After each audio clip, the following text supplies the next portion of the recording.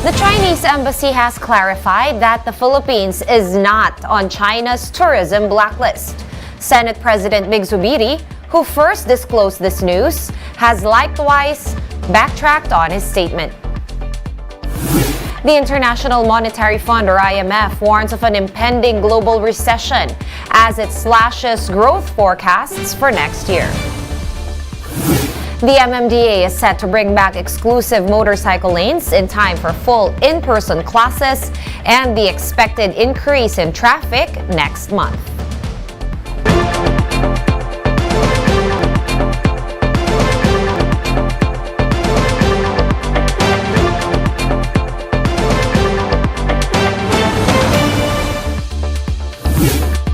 Fast, focused, and fearless. Here's a roundup of stories we're watching now. I'm Sean Yao. The Chinese embassy has denied reports that the Philippines has been blacklisted as a tourist destination.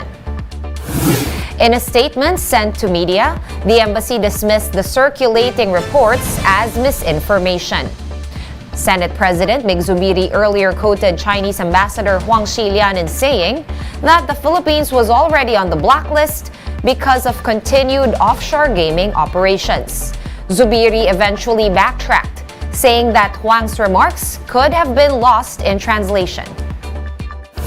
Siguro lost in translation kami kung yung blacklisting ay present tense or future tense. But I stand by my statement na he mentioned the word blacklisting. Hindi galing sa amin yan, ha? Galing po sa ambassador ng China. And the International Monetary Fund, or IMF, is seeing slower global economic growth next year. The IMF trimmed its 2023 growth forecast to 2.7% from its previous 2.9% projection. The financial agency cited the impact of prolonged war in the Ukraine and the living crisis caused by persistent inflationary pressures. The IMF warned that the worst is yet to come and that 2023 could feel like a recession to many people. Lawmakers have given assurances that SIM card registration under the newly signed law will be hassle-free. Mobile journalist Pam Vasquez with the details.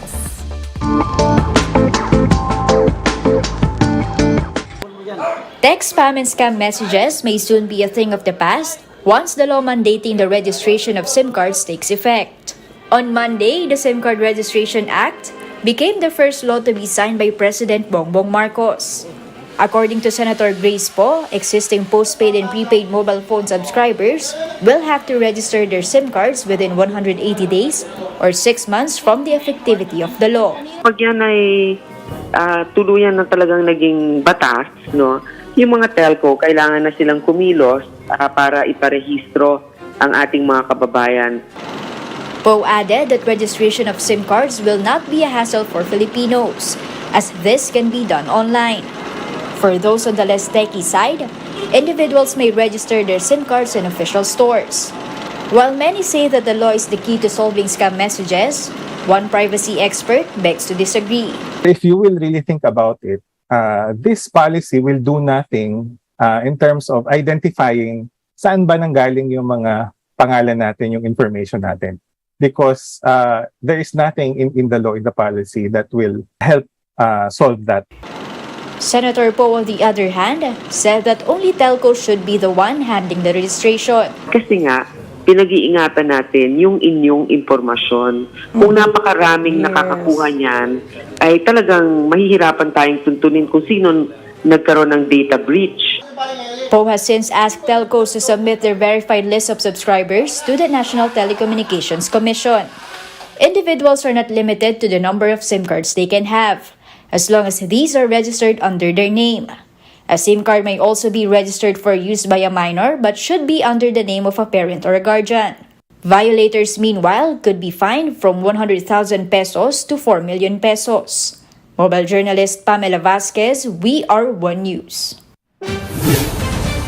The National Telecommunications Commission, or NTC, has started working on the guidelines for SIM card registration. NTC consultant and former Deputy Commissioner Edgardo Cabarrios said subscribers can present any government-issued ID. SIM card registration will also be free of charge. The national government will be assisting remote areas with or through the registration process. Nasa batas din po na the government shall assist sa paglalagay ng registration facility doon sa remote areas. Several areas in Metro Manila will be experiencing water interruptions until the end of the month. Ian Suyu with the details. Several residents from Barangay 190 in Pasay City are complaining about the water interruptions that started Tuesday. According to them, they were not advised about the interruption. That is why they were not able to save enough stock throughout the night. Some, like Mercedes, are concerned about how to go about their daily business. Kagabi, mga 9:30, mga 2 oras din yung nawala. Bigla lang, sobrang hina. Mahina talaga. Sabi ko, paano ako makapaghugas ito sa pangluluto ko? Kaya magluluto kasi ako eh. Kaya ko, wala akong naipon na tubig dahil wala ring abiso nga na mawala ang tubig. Others like Marilyn immediately stocked water as soon as they heard the news about the water interruption. Marilyn says she cannot afford to have no water supply since they are 15 in the household. Marami akong apo eh. May maliliit akong apo. Eh siyempre kailangan nun laging ng tubig. The water interruption affects several barangays in Pasay, Quezon City, Las Piñas, Caloocan, and Manila, as well as other parts of Cavite like Bacoor, Imus, and Noveleta. Maynilad explained that there is lack of water supply in the reservoir. Water level in the Ipo Dam has been low due to the lack of rainfall. Maynilad has deployed 47 mobile tankers to provide water to the affected residents, with the supply interruptions expected to last until the end of the month. For News 5, Ian Suyu, we are One News. We're gonna pause for a quick break, but we will be back with more stories after that. Keep it here on One News.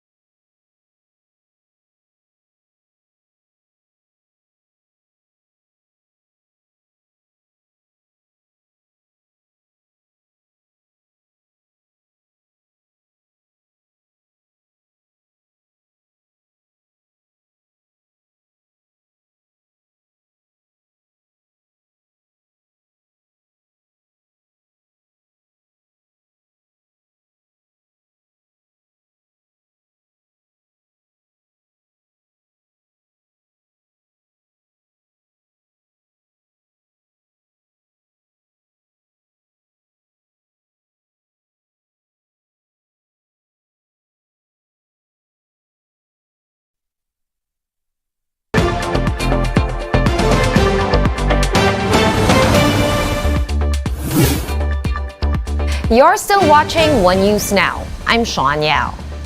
The MMDA is bringing back exclusive motorcycle lanes ahead of the expected heavier traffic next month. MMDA officer in charge Carlo Di Mayuga said they're planning to implement this first along Commonwealth Avenue, one of the busiest thoroughfares in Metro Manila. Motorcycle lanes were first put in place in 2012 and again in 2017. The agency is expecting heavier traffic next month amid the return of full face-to-face classes. The MMDA also said that it will hold consultations with various stakeholders to iron out the details on policy implementation.